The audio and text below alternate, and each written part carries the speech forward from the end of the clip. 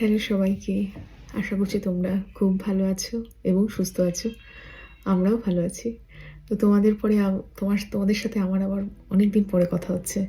তো আজকে আবারও আমাদের সেই কন্টিনিউশন করব আমাদের কনভারসেশনে। তবে আজকে শেষের পার্ট, একদম শেষের পার্ট, যে সময়টার জন্য মনে হয় প্রেগনেন্সির শুরু থেকেই প্রত্যেকটা মেয়ে, প্রত্যেকটা এক্সপেক্টেড মাদার যে সময়টার জন্য ওয়েট করে থাকে, সেটা হলো লেবার আর চাইল্ড বার্থ।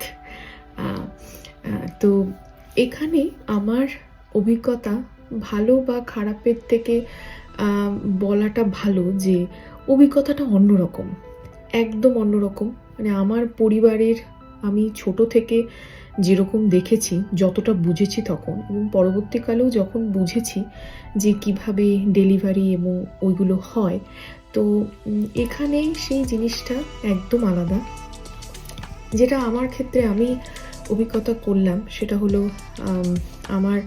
আমার শেষের দিকে 35 উইক 36 উইকে যখন আমি ডাক্তারের অ্যাপয়েন্টমেন্টগুলোতে গেলাম, তো আমার কিছু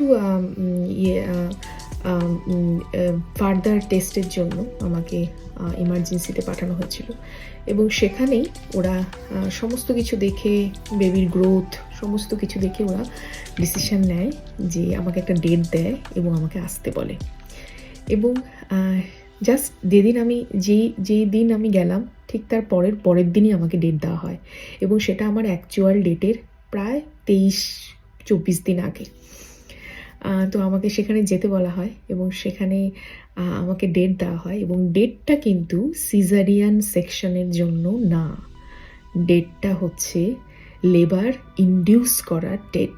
এবং লেবার ইনডিউস মানে যে ব্যথা ওঠে, নর্মাল ডেলিভারির জন্য যে ব্যথাটা ওঠে, স্বাভাবিকভাবে যাদের ওঠে তাদের তো ভালো, এবং যাদের না ওঠে তাদেরকে তোলানো হয়।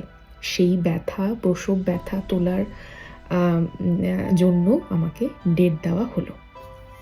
তো এখানে প্রথমেই বলে রাখি, এখানে ডাক্তাররা সরাসরি সিজারিয়ান সেকশন করার জন্য ডেট দেয় না।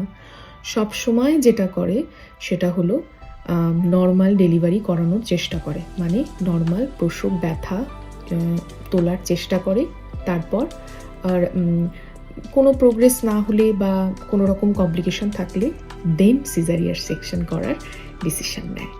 তাহলে আজকের এই পার্টটা এইটুকুই বললাম, আবার পরের পার্টে আমি পুরো গল্পটাই শেয়ার করব। তো তোমরা আমার সাথে থেকো।